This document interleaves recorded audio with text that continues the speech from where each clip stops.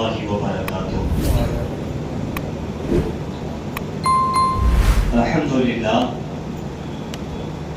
للہ رب العالمین والعاقبۃ للمتقین والصلاة والسلام علی من کان نبیا وآدم بین الماء والطین وعلی آلہ واصحابہ اجمعین، اما بعد فاعوذ باللہ من الشیطان الرجیم، بسم اللہ الرحمن الرحیم۔ فقد قال اللہ تبارک وتعالی فی القرآن المجید والفرقان الحمید، وَإِذِ ابْتَلَىٰ إِبْرَاهِيمَ رَبُّهُ بِكَلِمَاتٍ فَأَتَمَّهُنَّ آمَنْتُ بِاللَّهِ صدق اللہ مولانا العظیم وصدق رسولہ النبی الامین الکریم ونحن علی ذلک لمن الشاہدین والشاکرین والحمد للہ رب العالمین۔ یا خدا بہر جناب مصطفیٰ امداد کن، یا رسول اللہ از بہر خدا امداد کن، یا شہید کربلا یا دافع کرب و بلا، گل رخا شہزادہ گلگون قبا امداد کن۔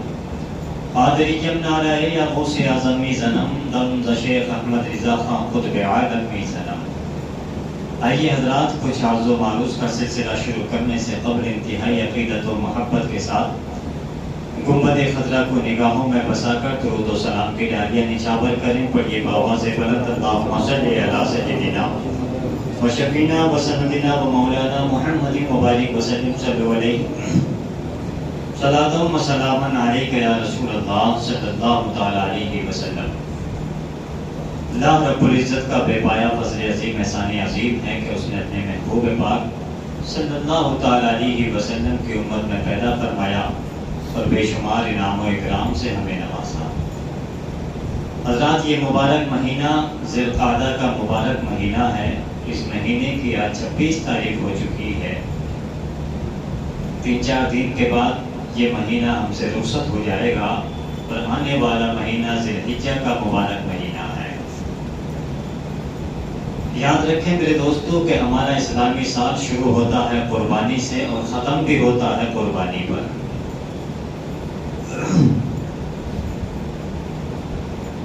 یہ ذی الحجہ کا وہ مبارک مہینہ ہے جیسے ہی یہ مہینہ شروع ہوتا ہے اسلام کی تاریخیں قربانیوں سے بھری پڑی ہیں۔ جیسے ہی ذی الحجہ کا چاند نظر آتا ہے تو حضرت ابراہیم خلیل اللہ کی یاد اہل اسلام کو ایک نئے جوش و خروش کے ساتھ ہمکنار کرتی ہے۔ مناسک حج ہو یا قربانی کا موقع، مکہ مکرمہ کی وادی ہو یا منی و عرفات کی گھاٹیاں، صفا مروہ کی چٹانیں ہوں یا زمزم کے پانی کا میٹھا کنواں، حضرت ابراہیم خلیل اللہ کی یاد لازمی طور پر آتی ہے اور آپ کے تذکرے سے مرجھائی ہوئی کلیوں کو نئی زندگی ملا کرتی ہے، مایوس دلوں کو حوصلہ ملا کرتا ہے اور آپ کے واقعات سننے سنانے سے عقیدے میں پختگی اور عمل میں چستی پیدا ہوتی ہے۔ شاعر کہتا ہے کہ غریب و سادہ و رنگین ہے داستان حرم، غریب و سادہ و رنگین ہے داستان حرم، نہایت اس کی حسین ابتدا ہے اسماعیل۔ حضرات، اللہ رب العزت نے بے شمار پیغمبران اعظام کو اس دنیا میں بھیجا اور سب کو عظیم معجزے عطا فرمائے۔ اللہ نے اپنے نبی حضرت ابراہیم خلیل اللہ کو اس دنیا میں بھیجا، ان کو بھی عظیم معجزے دے کر دنیا میں بھیجا گیا تھا اور آپ ان کی مبارک زندگی کو انسانیت کے لیے نمونہ عمل بنایا تھا اور آپ نے دین اسلام کی حیات و بقا و تحفظ کے لیے اپنا ایک ایک لمحہ ایک ایک سانس راہ خدا میں قربان کر دیا تھا۔ ایک بات اچھی طرح اپنے ذہن میں محفوظ رکھیں میرے دوستو کہ اللہ رب العزت جب کسی بندے کو اپنا محبوب بنانا چاہتا ہے تو پہلے اس کو سخت آزمائش میں امتحان کے مراحل سے گزارتا ہے اور جب بندہ امتحان میں کامیاب ہو جاتا ہے تو رب اس کو اپنا محبوب بندہ بنا لیتا ہے۔ لیکن انبیاء کرام کا معاملہ ذرا الگ ہے، رب ان کو پہلے اپنا محبوب بناتا ہے پھر آزمائش میں مبتلا فرماتا ہے۔ پھر آزمائش میں مبتلا فرماتا ہے، اور ان کی آزمائش صرف اور صرف اس لیے ہوا کرتی ہے تاکہ امت ان انبیاء کرام کے عزم و استقلال، ثابت قدمی کو پیش نظر رکھے۔ جب امت پر، قوم پر اگر سخت امتحانات آ جائیں تو ان انبیاء کرام کے عزم و استقلال کو سامنے رکھتے ہوئے منزل مقصود تک قوم بآسانی پہنچ جائے۔ اور جس آیت کریمہ کو میں نے عنوان سخن بنایا ہے، رب فرماتا ہے وَإِذِ ابْتَلَىٰ إِبْرَاهِيمَ رَبُّهُ بِكَلِمَاتٍ فَأَتَمَّهُنَّ، اور جب ابراہیم علیہ السلام کو ان کے رب نے چند باتوں سے آزمایا تو انہوں نے اسے پورا کر دکھایا۔ اب اندازہ لگائیں کہ بندہ دنیا میں صرف اسی لیے آیا ہے کہ وہ رب کی معرفت حاصل کرے، تو ہماری زندگی کا مقصد تو یہی ہے نا کہ ہم دنیا میں آئے ہیں تو صرف اپنے رب کی اطاعت و فرما برداری، اس کی عبادت کرنے کے لیے آئے ہیں۔ بندہ دنیا میں آیا ہے تو صرف اپنے رب کی عبادت کرنے کے لیے آیا ہے، اور بندے کو انہی کاموں کی وجہ سے درجہ کمال حاصل ہوتا ہے۔ 3 کاموں کی وجہ سے معرفت خداوندی بندے کو حاصل ہوتی ہے۔ نمبر 1 خودی کی معرفت، جو اپنے آپ کو قربان کرنے سے حاصل ہوا کرتی ہے۔ نمبر 2 صفات کی معرفت، جو اولاد کو قربان کرنے سے حاصل ہوا کرتی ہے۔ اور نمبر 3 افعال کی معرفت، جو مال کو قربان کرنے سے حاصل ہوا کرتی ہے۔ اور جب تک بندہ ان تینوں کاموں کو انجام نہیں دے گا تو محبت خدا کما حقہ سے نصیب نہیں ہوتی۔ آپ اندازہ لگائیں کہ اللہ کے خلیل نے ان تینوں کاموں کو انجام دیا۔ آگ میں ڈالنے کی باری آتی ہے، آتش نمرود میں آپ کو ڈالنے کی تیاری کی جاتی ہے تو اللہ کے خلیل بغیر غور و فکر کے آتش نمرود میں کود جاتے ہیں۔ اور جب اولاد کی قربانی کا نمبر آتا ہے تو بغیر کسی تفکر کے اللہ نے حکم دیا، فوراً حکم کی تعمیل کر لیتے ہیں، اولاد کو بھی راہ خدا میں قربان کر دیتے ہیں۔ اور جب مال کی باری آتی ہے تو راہ خدا میں بغیر غور و فکر کے بہت سارا مال قربان کر دیتے ہیں۔ تو یہ خودی کی معرفت، افعال کی معرفت اور صفات کی معرفت جب تک ہمارے اندر موجود نہیں ہوگی، کما حقہ ہمیں کمال حاصل نہیں ہوگا۔ حضرات یہ مہینہ اصل میں اس جلیل القدر پیغمبر کی یاد دلاتا ہے جن کی زندگی قربانی کی بے مثال تصویر تھی۔ یہ جد الانبیاء پیغمبر خدا حضرت ابراہیم خلیل اللہ علی نبینا علیہ الصلوۃ والتسلیم ہے۔ آپ اندازہ لگائیں کہ کون سا امتحان تھا جو رب نے آپ سے نہیں لیا، مگر کروڑ سلام اللہ کے نبی حضرت ابراہیم خلیل اللہ پر کہ کسی میدان میں اللہ کے خلیل کے پاؤں نہیں ڈگمگائے۔ یہ ہوتا ہے عزم و استقلال، ہمت، حوصلہ، ثابت قدمی۔ اب ذرا تھوڑی سی تمہیدی گفتگو اور حضرت ابراہیم خلیل اللہ کے والدین کے متعلق میں آپ کی سماعتوں کی دہلیز تک پہنچا دوں۔ اللہ کے نبی حضرت ابراہیم خلیل اللہ علیہ نبینا علیہ الصلوۃ والتسلیم کے والد ماجد کا نام تارخ تھا، اور بعض نے تاریخ بھی کہا ہے، اور مشہور کتاب العجائب الکرمانی میں ہے کہ آپ تاریخ کے فرزند جلیل تھے۔ اور آپ کے والدہ ماجدہ کا نام نوفا، بعض نے لیوسا اور بعض نے امینا بھی کہا ہے۔ اور جب حضرت ابراہیم خلیل اللہ علیہ نبینا علیہ الصلوۃ والتسلیم اس دنیا میں تشریف لائے تو آپ کی پیدائش کا جو علاقہ ہے، تفسیر خزائن العرفان اور تفسیر نعیمی وغیرہ میں یہ بیان کیا گیا ہے کہ آپ کی پیدائش شہر بابل سے متصل قصبہ کوسا میں ہوئی، اور دوسرے کہتے ہیں کہ امواز کے علاقے میں مقام سوس میں ہوئی۔ یہ الگ الگ روایتیں ہیں۔ اور جب اللہ کے خلیل اس دنیا میں تشریف لائے، اور جو آپ کے زمانے میں جو بادشاہ تھا وہ نمرود بن کنعان بڑا ہی جابر و ظالم بادشاہ تھا۔ تفسیر بغوی کے حوالے سے یہ بیان کیا جاتا ہے کہ یہ شخص ولد الزنا شخص تھا، اس کی ماں نے زنا کروایا تب یہ پیدا ہوا۔ اس کی ماں کو خطرہ تھا کہ سلطنت کا کوئی وارث نہیں ہے، تو اس نے زنا کروایا تب جا کے یہ پیدا ہوا، اور پیدا ہونے کے بعد اتنا بڑا ظالم بادشاہ گزرا، جابر و ظالم بادشاہ گزرا کہ بہت بڑا بادشاہ گزرا، 4 بادشاہ ایسے گزرے ہیں جنہوں نے پوری دنیا پر حکومت کی ہے، جن میں سے 2 مومن ہیں اور 2 کافر ہیں۔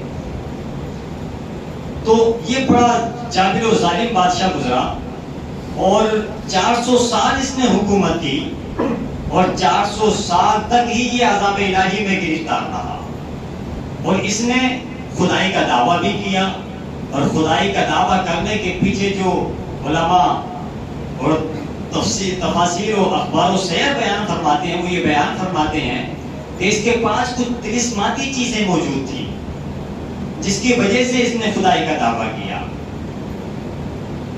اس کے محل کے سامنے ایک درخت تھا، کوئی شخص اس کے نیچے آن کر بیٹھتا تو وہ درخت اس پر سایہ کر دیا کرتا تھا، یہاں تک کہ 1000 آدمی تک بھی آ جاتے تب بھی وہ سایہ کر دیا کرتا تھا، یہاں تک کہ 1,00,000 آدمی بھی اگر اس پیڑ کے نیچے آ جاتے تو یہ سب پر سایہ کرتا تھا پیڑ، اور اگر 1,00,000 سے 1 آدمی بھی زائد ہوا تو وہ سایہ ہٹ جاتا تھا، سارے کے سارے دھوپ میں ہو جایا کرتے تھے۔ اور اس کی طرف محل میں ایک حوض تھا، بعض کہتے ہیں کہ صبح کے وقت میں قوم اس میں کچھ ایک پیالہ لے کر شہد ڈالتی تھی، کوئی دودھ ڈالتا تھا، کچھ پانی ڈالتے تھے، سب الگ الگ چیزیں اس حوض میں ڈال دیا کرتے تھے، اور جب یہ حوض میں سب چیزیں مل جایا کرتی تھی، کچھ دیر کے بعد یا شام کے وقت میں وہ لوگ آتے اور پیالہ ڈالتے تو صبح میں جس نے جو چیز ڈالی تھی شام کو وہی اس کے پیالے میں آتی تھی۔ اور بعض کہتے ہیں کہ اس حوض میں کوئی شخص یہ چوری کرتا اور وہ مقدمہ نمرود کے پاس جاتا تھا تو نمرود جو ہے ان دونوں کو اس حوض میں کھڑا کرتا، جو سچا ہوتا تو وہ پانی اس کے ناک کے نیچے تک رہتا تھا، اور جو جھوٹا ہوتا وہ اس میں غوطہ لگاتا تھا، ڈوبنے کی کگار تک پہنچ جایا کرتا تھا، جب تک کہ وہ اپنے جرم کا اقبال نہ کر لیا کرتا تھا۔ ایک بدبختی تانبے کی اس کے پاس میں کوئی جاسوس یا چور اس شہر میں داخل ہوتا تھا تو وہ اس کا پتہ بتا دیا کرتی تھی۔ تو یہ کچھ طلسماتی چیزیں اس کے پاس موجود تھی جس نے اس نمرود نے خدائی کا دعویٰ کیا۔ اب نمرود بن کنعان نے ایک رات خواب دیکھا، خواب میں دیکھا کہ ایک ستارہ طلوع ہوا، اس ستارے کے سامنے سورج اور چاند کی روشنی بالکل پھیکی پڑ گئی، ماند پڑ گئی۔ یہ نمرود بڑا پریشان ہوا، اور سائنٹسٹ دور حاضر کے حساب سے سمجھیے کہ اس کے دربار میں کثرت سے پائے جاتے تھے، موجود رہا کرتے تھے۔ صبح کو اٹھ کر اس نے خواب کی تعبیر معلوم کی تو نجومیوں نے جو خبر بتائی، تعبیر بتائی، وہ یہ بتائی کہ اس سال تیری بادشاہت میں ایک لڑکا پیدا ہوگا جو تیری بادشاہت کو ختم کرنے کا سبب بنے گا۔ یہ بڑا پریشان ہوا اس خواب کو سن کر، تو اس ظالم نے کیا کیا کہ ایک الگ محکمہ قائم کیا، مرد عورتوں سے علیحدہ رہیں، اور یہ حکم دیا کہ جو بچہ پیدا ہو فوراً اس کو ختم کر دو۔ اللہ اکبر۔ یہاں تک کہ کچھ عورتیں جو حاملہ تھیں ان کو الگ ایک دور گاؤں میں بھیج دیا گیا، وہاں قیدی بنا کر ان کو رکھا گیا، ان کے لیے بھی یہی آرڈر تھا کہ جیسے ہی کوئی بچہ پیدا ہو فوراً اس کو قتل کر دو۔ مگر میرے دوستو، وقت کی نیرنگی دیکھیے اور قدرت کا کرشمہ دیکھیے، تقدیر الہی کو کون ٹال سکتا ہے؟ اللہ کے نبی حضرت ابراہیم خلیل اللہ ماں کے پیٹ میں جلوہ گر ہو گئے، نجومیوں نے اس کی بھی خبر دی کہ وہ بچہ ماں کے پیٹ میں آ گیا ہے، تمہارے سارے انتظامات دھرے کے دھرے رہ گئے۔ اللہ اکبر۔ یہ بڑا پریشان ہوا کیونکہ آپ کی والدہ کم عمر تھی، اس وجہ سے آپ کا حمل پہچانا نہ گیا۔ وقت ولادت باسعادت قریب آیا، آپ شہر سے دور آپ کے والد محترم نے ایک غار بنا رکھی تھی، وہاں پر آپ چلی جاتی ہیں، وہاں آپ کی ڈیلیوری ہو جاتی ہے، وہاں پر آپ تشریف فرما ہو جاتے ہیں۔ اور تہخانے میں جو کچھ بیان فرماتے ہیں، بعض کہتے ہیں 13 برس، بعض 17 برس اور بعض 15 مہینے کہتے ہیں۔ تو جب آپ کی والدہ ماجدہ اس تہخانے میں جاتی تھی، دودھ پلا کر واپس آتی تھی اور غار کا منہ پتھر سے ڈھک آتی تھی، تو جب آپ دوبارہ داخل ہوتی تھی تو کیا دیکھتی تھی کہ حضرت ابراہیم انگوٹھا چوس رہے ہیں اور اس سے دودھ نکل رہا ہے۔ ذرا محبت سے اس سے دودھ نکل۔ ایک روایت میں یہ بھی آتا ہے کہ تائید صدر روح الامین آتے ہیں اور آنے کے بعد حضرت جبریل امین کی انگلی کو منہ میں دیتے ہیں، ایک سے دودھ نکل رہا ہوتا تھا، دوسرے سے شہد نکل رہا ہوتا تھا، اور تیسرے سے پانی نکل رہا ہوتا تھا۔ آپ اندازہ لگائیں۔ اور روایت میں آتا ہے کہ اللہ کے خلیل ایک مہینے میں اتنا جلدی پروان چڑھتے تھے جتنا کہ دوسرے بچے ایک سال میں پڑھتے تھے، اتنی جلدی آپ پروان چڑھتے تھے۔ خیر میرے دوستو، وقت گزرتا رہا اور آپ جب باہر تشریف لاتے ہیں تو کیا دیکھتے ہیں کہ قوم جو ہے وہ چاند کی پوجا کر رہی ہے، سورج کی پوجا کر رہی ہے، ستاروں کی پوجا کر رہی ہے۔ آپ کا چچا تھا آزر جس کا نام تھا، وہ بت ہی کی پوجا نہیں کرتا تھا بلکہ بت بنا کر بیچا بھی کرتا تھا۔ وَإِذْ قَالَ إِبْرَاهِيمُ لِأَبِيهِ آزَرَ أَتَتَّخِذُ أَصْنَامًا آلِهَةً، تو حضرت ابراہیم خلیل اللہ سے فرمایا، کہا اس نے کہ تم یہ بت لے کر بازار میں چلو، اپن بیچنے کے لیے چلتے ہیں، گھر کے حالات ٹھیک نہیں ہیں، کچھ روزی کا ذریعہ معاش بن جائے گا۔ تو حضرت ابراہیم خلیل اللہ نے بجائے اس کو اٹھانے کے نا، اس کو رسی سے باندھ لیا اور کھچیڑتے ہوئے لے کے بازار میں پہنچ گئے۔ تو آزر نے کہا کہ تم آواز لگاؤ بتوں کو بیچنے کے لیے۔ تو اللہ کے خلیل علی نبی جنا علیہ الصلوۃ والتسلیم آواز لگاتے ہیں، من یشتری ما یضر وما لا ينفع، کہ کون ہے وہ شخص جو اس بت کو خریدے جو نہ نفع دے سکتا ہے نہ نقصان دے سکتا ہے۔ اللہ اکبر، جب اتنا سنا تو قوم میں سے کوئی بھی شخص اس بت کو خریدنے کے لیے تیار نہیں ہوا، یہاں تک کہ آپ نے قوم کو، اپنے چچا کو بھی سمجھانے کی ہر چند کوشش کی، گھر سے سمجھانے کی کوشش کی، چچا کو سمجھانے کی کوشش کی، لیکن وہ تو خدا کو ماننے کے لیے بھی تیار نہیں تھا۔ بلکہ میرے دوستو وقت گزرتا رہا، اللہ کے خلیل قوم سے جہاد کرتے رہے، قوم کو تبلیغ کی دعوت دیتے رہے، لیکن قوم اللہ کی وحدانیت کا انکار کرتی رہی، اقرار نہیں کرتی رہی۔ پھر انشاءاللہ الرحمن آگے کیا ہوتا ہے، اللہ کے خلیل کیسے آگ میں ڈالے جاتے ہیں، انشاءاللہ وہ آئندہ جمعے کو آپ ملاحظہ فرمائیں گے۔ رب قدیر کی بارگاہ میں دعا ہے، مولا تبارک و تعالی ہم سب کو اللہ کے خلیل اور سنت ابراہیمی پر عمل کرنے کی توفیق عطا فرمائے۔ کلمہ طیب پڑھ لیجیے، لا الہ الا اللہ محمد